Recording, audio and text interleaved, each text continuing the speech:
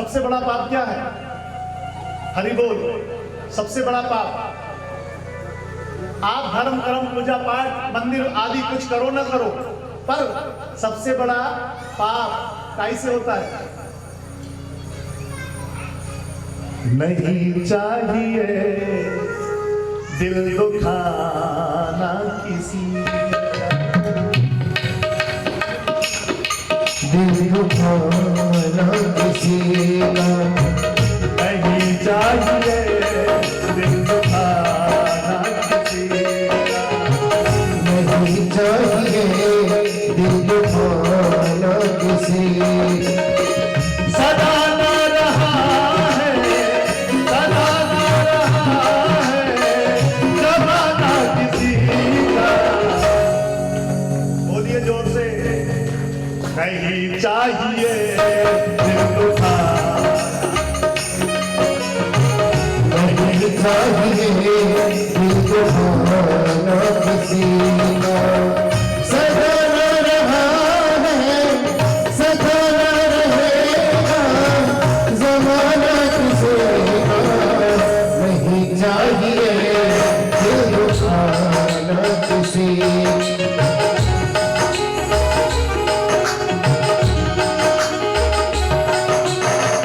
नहीं चाहिए दिल दुखाना किसी का।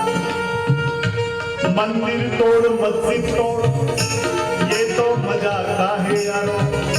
मंदिर तोड़ दे, मस्जिद तोड़ दे, देव स्थान का अपमान कर दे, चल जाएगा, एक बार माफ गलती हो जाएगी। पर किसी का दिल अगर आपने तोड़ दिया, उसके दिल को रुला दिया, अपने द्वारा किसी की आंखों में आंसू आ गए, तो भगवान उस गुनाह को कभी माफ नहीं करेगा। इसलिए भगवान से प्रार्थना करो कि हमेशा हमारे द्वारा दूसरे को प्रसन्नता प्राप्त हो, दूसरे को ऐसा बन जाओ कि हमेशा दूसरे हमें देखकर हंसे। पागल पागल होता है ना, जिसको देखकर लोग हंसते हैं, है ना? पागल बन जाओ, हंसने दो। अरे भगवान ने इस लायक तो बनाया कि हमारे द्वारा, हमारे कारण दूसरे के चेहरे पर हंसी आ गई, है ना? और अपना चेहरा भी हमेशा मुस्कुराता रहे। कोई भी मिलो, जय श्री कृष्णा, राधे राधे, जय श्री कृष्णा, राधे राधे बोलते रहो, हमेशा मुस्कुराते रहो। न जाने कब क्या हो जाए किसी को पता नहीं।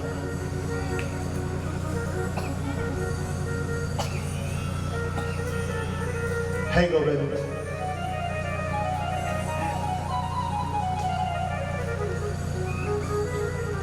भगवान अगर हमारा भाव रहेगा तो गोविंद, बस आप भाव बना लो।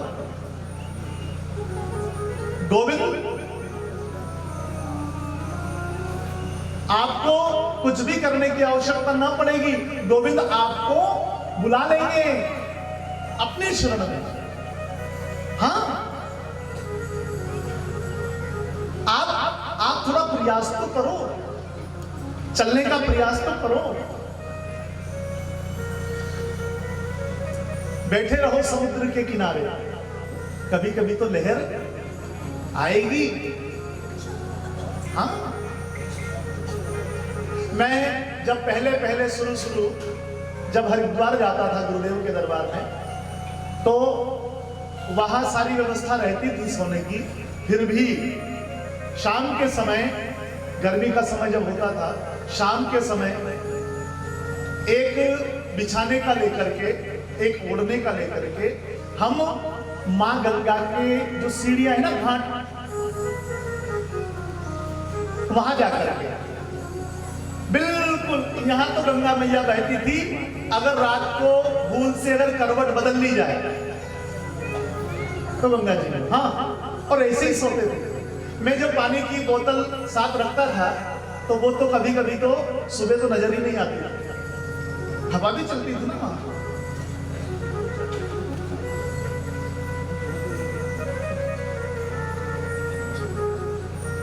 क्योंकि क्योंकि न जाने कब, ऐसा कहते हैं मां गंगा में नित 33 कोटि देवता, बड़े बड़े साधु संत सन्यासी दृश्य अदृश्य रूप में वहां आकर के स्नान करते हैं। और हो सके उनकी एक नजर हमारे ऊपर भी पड़ जाए, और पड़ी। हाँ, उनकी नजर पड़ी। जो भाव था परमात्मा ने वो आशीर्वाद प्रदान किया, नहीं किया? क्या बताओ, किया ना? मैंने कभी गीता नहीं पढ़ी, न कभी रामायण जानता था, है ना? आप सब जानते हो, आपको कहने की आवश्यकता तो है ही नहीं। पर मां भगवती, मां पराम्बा की कृपा, उस मां ने अपनी गोद में बिठाया और सारे पापों को, नहीं अभी नहीं, पाप ऐसे थोड़ी जल्दी छूट जाएंगे, अभी तो बहुत सारे कर्म करने पड़ेंगे। हाँ, अभी भी शरीर भारी भारी लगता है, ये मन भारी भारी लगता है। क्यों? क्योंकि अभी आंखों से आंसू थोड़ी ना निकले। हाँ, मन हल्का कब होता है? हाँ, भगवान के दरबार में हम जब जाकर बैठ जाए ना, उनसे नित्य प्रार्थना करो, भगवान हमसे जरूर कुछ न कुछ तो हुआ है। इसी कारण से तो आज पर नहीं। अच्छा, अपन सोचे कि एक बार में कुछ हो जाए, नहीं, ऐसा होता है क्या? अच्छा, कहीं माता जी के वहां जाओ, कहीं पर भी जात्री के लिए हम जाते हैं ना, तो क्या बोलते हैं कि आपको 5 दितवार तो आना पड़ेगा, कतरा, और यूं कहेंगे 9 परिक्रमा लगाओ। मंदिर की कितनी परिक्रमा लगाओ? 9। इतना परेशान कर देते देवता कि अगले दितवार तो आवे ही नहीं। सबसे पहले तो नंबर ही बहुत लेट आवेगा, ताकि अगले दितवार आवे ही नहीं। हाँ, अपन सोचे कि पहली बार गए, कुछ उपाय बताया, काम नहीं हुआ, तो नहीं, आप लगे रहो, तभी तो भगवान के कानों में हमारी भनक पड़ेगी।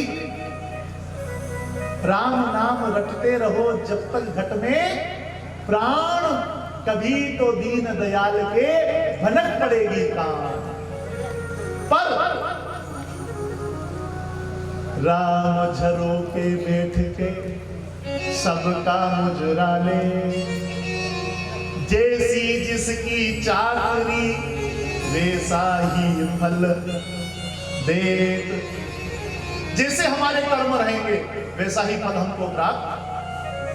पर लगी ठोकर समझ जाए उसे इंसान कहते हैं।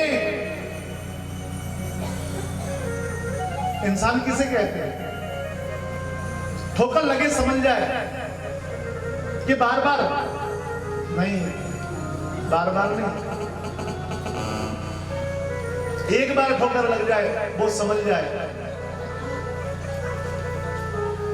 भगवान के यहाँ एक गलती माफ हो सकती है, 2 गलती माफ हो सकती है, तीसरी गलती माफ हो सकती है।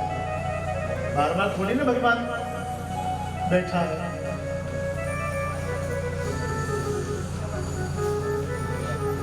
हमारी आवाज वहां तक जरूर पहुंचेगी और गोविंद हमें बुलाएगा।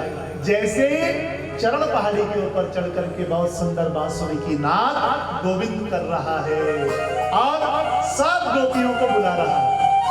समय आया, माई की आवाज सुन के आप चल देते हो कि अब कथा प्रारंभ होने वाली है। ऐसे ही उस मुरली की सुंदर नाद गोपियों के कानों में पड़ी। शाम के समय शरद पूर्णिमा का दिन, भगवान ने कहा था ना, जब उन्होंने कात्यायनी मां का पूजन करके गोप मास का व्रत किया था 1 महीने का, और चीर हरण लीला के माध्यम से भगवान ने गोपियों के वस्त्रों का हरण किया। ठीक है, देखो, मैं अपने भाव से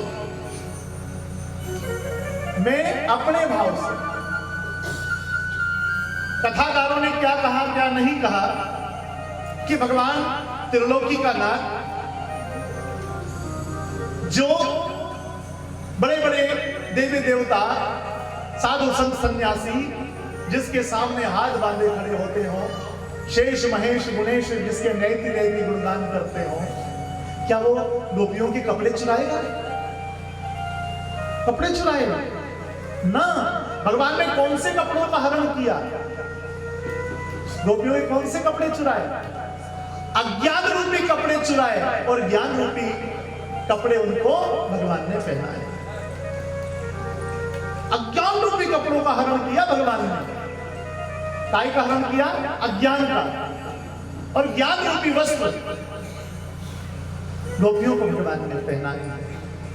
वहां उस दिन कह दिया था कि मैं तुम्हारे इस कर्म से बहुत प्रसन्न हूं। और आने वाला समय पूर्णिमा के दिन भगवान ने पूर्णिमा के दिन गोपियों के साथ रास किया। अच्छा, रास का मतलब आप बताओ, रास का मतलब क्या होता है? भगवान श्री कृष्ण का जो ये पूर्ण कला से 16 कलाओं से जो पूर्ण अवतार है भगवान का, 24 अवतारों में पूर्ण अवतार जिसको माना जाता है ये कृष्ण अवतार है और ये योगेश्वर अवतार है। तो महायोगी क्या भोगी हो सकता है? क्या भोगी हो सकता है?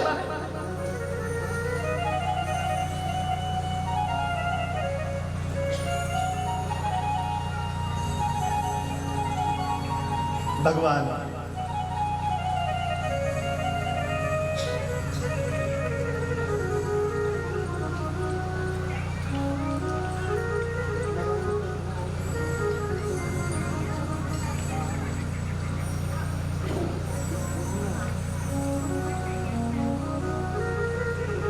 हरि बोल, हरि बोल, हरि बोल। बोलो वृंदावन बिहारी लाल। बताओ क्या मतलब होता है? अभी तक नहीं सोचा। रास का मतलब क्या होता है? रास का मतलब नाचना, कूदना, गाना, गरबा है ना? यही होता है ना? गोल गोल नाचना। भगवान ने देखिए, भगवान ने इस भाव को बड़े प्रेम से सुनना। ये लाइव कार्यक्रम हो रहा है धाकड़ न्यूज पर। कितने लोगों तक ये कथा पहुंच रही है? आप सब लोग इस बात को बड़े ध्यान से सुनना कि क्या भगवान गोविंद योगेश्वर गोपियों के साथ नाचेंगे? सबसे पहले तो गोपियां कौन? गोपियां कौन? गोपियों का मतलब होता है स्त्री, है ना? स्त्री होता है ना? और पे नहीं, गोपियों का आप एक भजन गाते हो, चंद्र, कोई भी भजन गाते हो तो उसके पीछे एक छाप लगती है, चंद्र सखी ब्रज बाल की शोभा लगती है ना? ये चंद्र सखी कौन थी? ये चंद्र सखी कोई औरत नहीं थी, स्त्री नहीं थी। ये कौन थी? ये चंद्रसेन जी नाम के एक महात्मा थे जो नित अपने गुरु से कहा करते थे, भगवान मुझे गोविंद कब मिले, कन्हैया कैसे मिलते हैं? तो भगवान का पूर्ण अवतार ये प्रेमा अवतार है। भगवान का कौन सा अवतार है? प्रेमा अवतार। और गुरुदेव कहते हैं कि आपको गोपी बनना पड़ेगा। गोपी का मतलब होता है जिसके अंदर सरलता, निर्मलता, पवित्रता, जिसके अंदर प्रकट हो गई हो, आ गई हो, सहजता जिसके अंदर हो, पवित्रता जिसके अंदर में हो, निर्मलता जिसके अंदर में हो, वो गोपी। और जिसका मन निर्मल होता है वो गोविंद के सामने जाते ही या दूसरे के दुख में रोने लग जाता है, जिसकी आंखों में आंसू आ जाते हैं। क्या तू भी औरतें जैसे रो रहा है, बोलते हैं ना।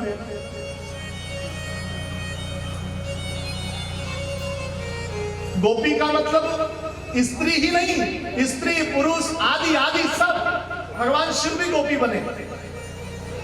सब बहुत सारे ऐसे देवता हैं जो गोपी भाव लेकर के, ये एक गोपी कोई किसी का नाम नहीं है, ये एक भाव है, और जिसके अंदर आ जाए वो गोपी होता है। जिसके अंदर आ जाए, क्या स्त्री क्या पुरुष।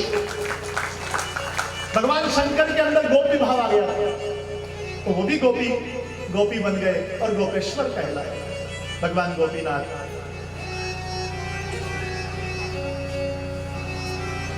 ठीक, गोपी। दूसरा रास, तीसरा पूर्णिमा, चौथा रात। रात में पूर्णिमा के दिन भगवान रात में ही रास किया। रास का मतलब होता है नाचना कूदना नहीं, रास का मतलब होता है भगवान के उस परम रस में डूब जाना।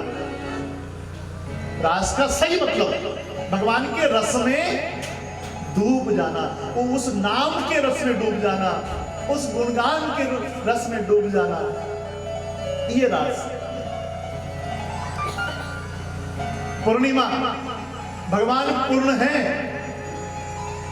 और भगवान का नाम भी पूर्ण है। बस एक परमात्मा पूर्ण है, बाकी सब अपूर्ण है, सब अधूरे हैं।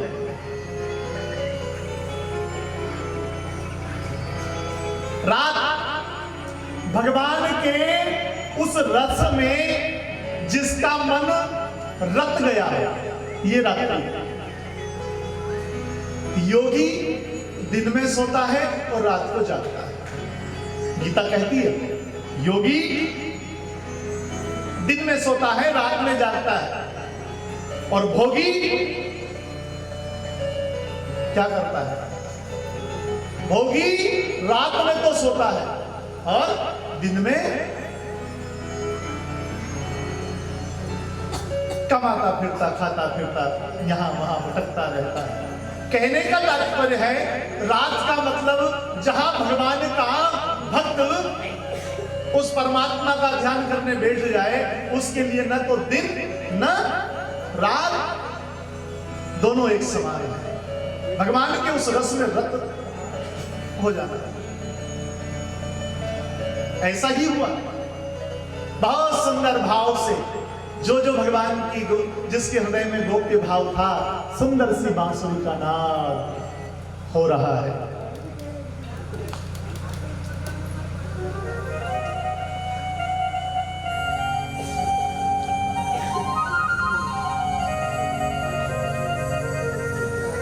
भगवान श्याम सुंदर ने ऐसी सुंदर बांसुरी बजाई, उस बांसुरी की नाद आवाज जिन जिन के कानों में भी पड़ी। सारी गोपियां शाम के समय अपने अपने घर में अपने अपने कार्य में व्यस्त थी।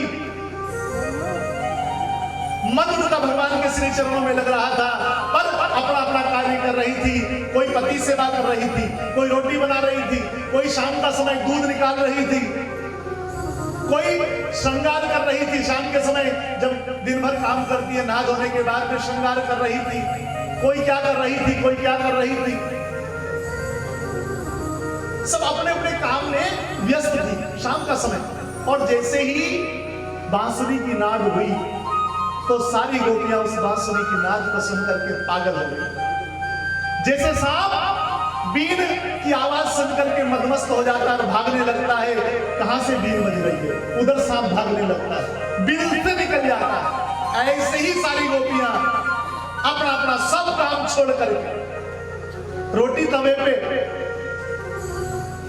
दूध की जो हंडिया थी ना, वो ऐसे ही हाथ में छूट गई। उल्टा सीधा श्रृंगार जो कर रही थी ना, कहां का श्रृंगार कहां कर लिया और कहां का श्रृंगार कहां कर लिया। आइए ऐसी सुंदर बांसुरी भगवान बजाते हैं, बड़े प्रेम और भाव से ताली से बजाते हैं।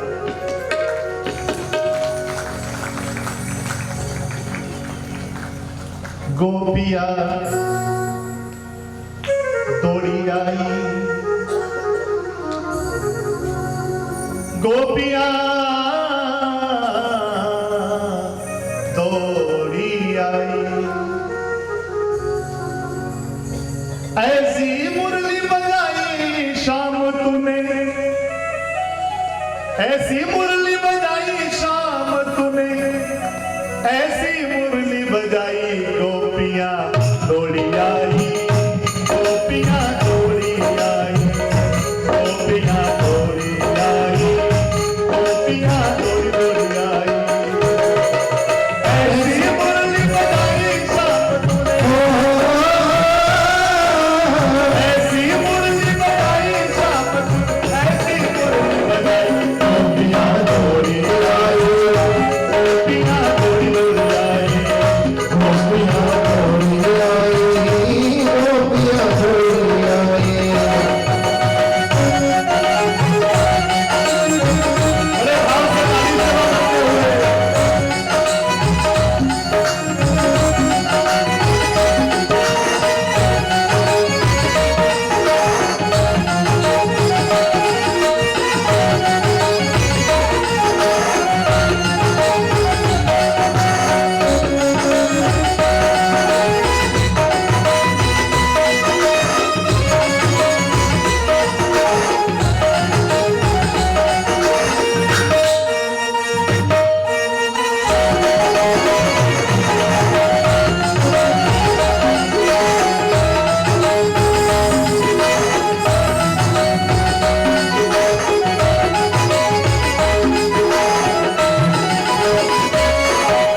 जैसी घड़ी जैसी गोपी,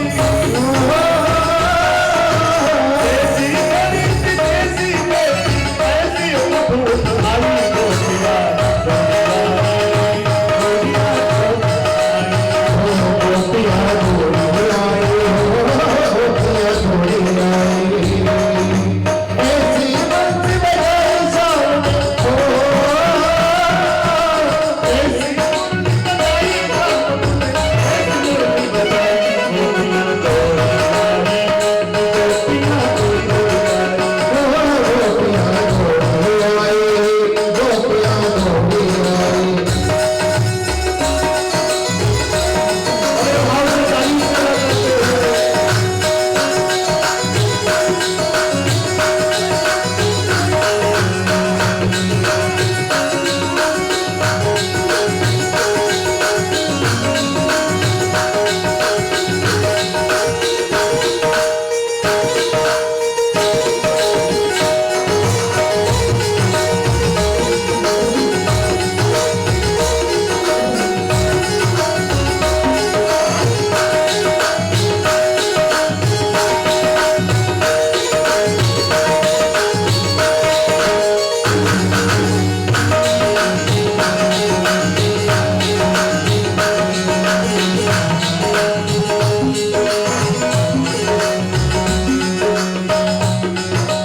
आपके भूषण पाओ में तेरे, हाथों के भूषण पाओ में मेरे, हाथों के भूषण पाओ में मेरे, पाओ को हाथ लगाई गोपियां दौड़ी आई, गोपियां दौड़ी आई, गोपियां दौड़ी आई, गोपियां दौड़ी आई। ऐसी मुरली बजाई शाम तूने, ऐसी मुरली बजाई शाम तूने, ऐसी मुरली बजाई गोपियां गोपियां दौड़ी आई, गोपियां दौड़ी आई, गोपियां दौड़ी आई। अब देखिए गोपियों ने कैसा श्रृंगार किया है।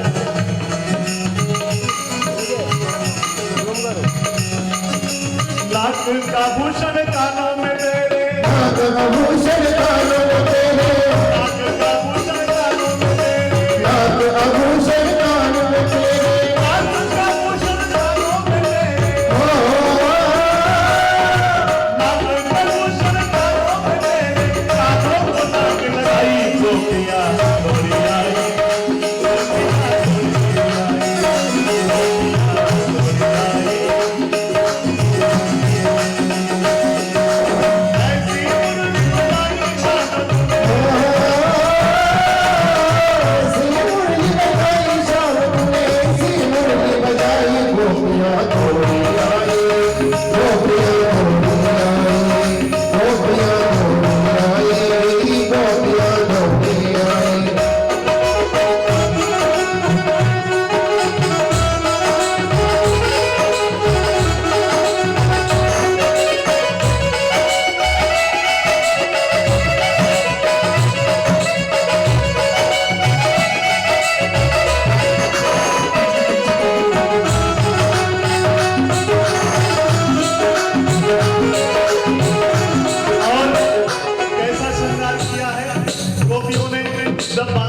आवाज सुनी तो घबराती हुई, आंखों का काजल मांग भरे हैं, आंखों का काजल मांग भरे हैं, आंखों का काजल मांग भरे हैं, आंखों का काजल मांग भरे हैं, आंखों का काजल मांग भरे हैं, आंखों का काजल मांग भरे हैं, आंखों का काजल मांग भरे हैं, आंखों का काजल मांग भरे हैं। मांग को आंख लगाई, गोपियां दौड़ आई, गोपियां दौड़ आई, गोपियाँ दौड़ी आई, गोपियाँ दौड़ी आई, गोपियां दौड़ आई, गोपियां दौड़ आई। गोपियाँ दौड़ी आई, गोपियाँ दौड़ी आई। गोपियां भगवान के उस नाम में कितनी मदमस्त हो गई थी, उनको पता ही नहीं था हम क्या कर रहे हैं। उल्टा सीधा श्रृंगार किया गोपियों ने। कमर कटोरा गले में तेरा, कमर कटोरा गले में तेरा, कमर कटोरा गले में तेरा, कमर कटोरा गले में तेरा, कमर कटोरा गले में तेरा, ओ, कमर कटोरा गले में तेरा, ओ,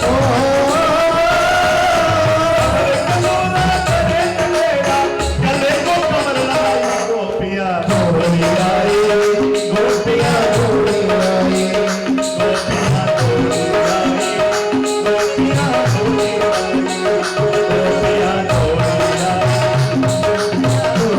दौड़ी आई, गोपियाँ दौड़ी आई, गोपियाँ दौड़ी आई, गोपियाँ दौड़ी आई, गोपियाँ दौड़ी आई, गोपियाँ दौड़ी आई।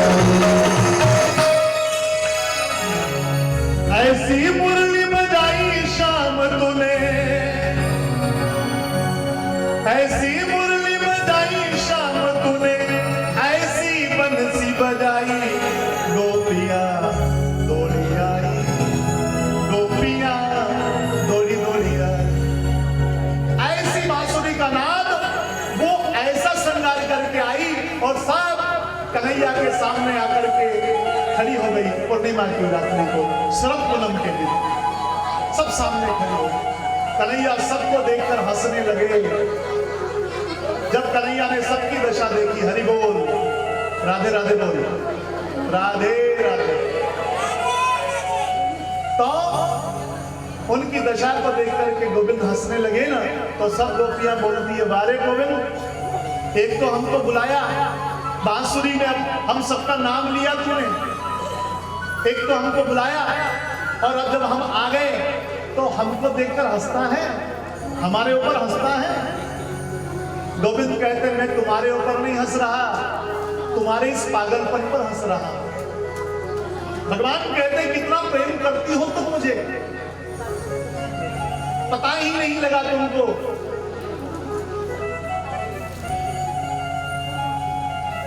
गोविंद ने उस समय वहां ठहरा हुआ पानी था जमुना जी का, उसने सबको शक्ल दिखाई। सबने जैसे ही अपनी शक्ल देखी ना, सारी शर्मा करके नीचे बैठ गई। योग माया के द्वारा बहुत सुंदर श्रृंगार की तैयारी। योग माया ने वहां 16 श्रृंगार तैयार कर दिया। सभी गोपियां यमुना जी में स्नान किया, वापस नई सूर से सभी गोपियों ने 16 श्रृंगार किया। 16 श्रृंगार किसे बोलते हैं? 16 प्रकार के आभूषणों को धारण करना। बिंदी, कान का, नाक का, मांग का, ओढ़नी का, पहनने का, हाथ का, उंगली का, पांव का, पांव की उंगली का, आदि आदि, ये 16 प्रकार के स्त्रियों के आभूषण हैं। कितने आभूषण हैं? 16। और अगर स्त्रियों को 16 प्रकार के आभूषण क्यों दिए बताओ? ये जो आप बिंदी क्यों लगाते हो? बिंदी, हरि बोल, कहीं कहीं बच्चों की आवाज आ रही है ना। अगर बच्चे जब अब आवाज करेंगे ना तो उनको क्या करेंगे? नीचे कमरे में सबको बंद कर देंगे। और ABCD जो पढ़ाई। बच्चे आवाज करेंगे वहां नीचे सर बैठे हैं, सबको पढ़ाएंगे, फिर पढ़ना पड़ेगा सबको। हरि बोल। माताएं बिंदियां क्यों लगाती है? बताओ ना, बिंदी क्यों लगाई जाती है? बिंदी क्यों लगाई जाती है? बिंदी किस लिए लगाते हैं? नहीं पता? कण के बले बिंदी लगाए, पति के लिए है ना? किसके लिए? तो ऐसे सर मारे से नवी बात बोलती है। हाँ, देखो ये शिव शक्ति का एक संगम है। कितने लोग साक्षी बनते हैं? 16 श्रृंगार की आवश्यकता क्यों पड़ी? आदमी इतने श्रृंगार क्यों नहीं करता? सिर्फ आदमी के लिए 5 श्रृंगार की आवश्यकता है, पंच श्रृंगार पुरुष के लिए और 16 श्रृंगार स्त्री के लिए। हाँ, कितना श्रृंगार? 16 श्रृंगार। और जब 16 श्रृंगार स्त्री करती है ना, कितनी सुंदर दिखती है, जैसे लक्ष्मी आ रही है। हाँ, और मैं तो जब भी बाहर निकलता हूं, चारों तरफ ढूंढने का प्रयास करता हूं, कोई माता लक्ष्मी के दर्शन हो जाए और मेरा कार्य। हाँ, इसीलिए हम सब लोग श्रृंगार करके रहते हैं, हमेशा तिलक वगैरह बहुत सुंदर सज के रहते हैं, ताकि हमारे अपने हमको देखें और उनका काम हमेशा शुभ शुभ होता रहे। हाँ,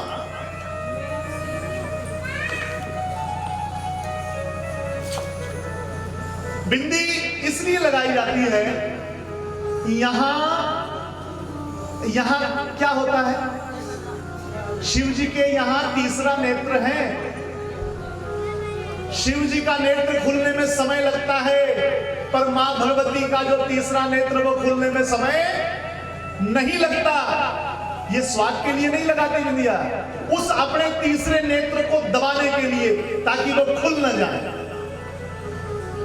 हाँ, उसको छुपाने के लिए। अगर बिंदी हटा दो, चेहरा कैसा दिखता है? अच्छा दिखता है क्या?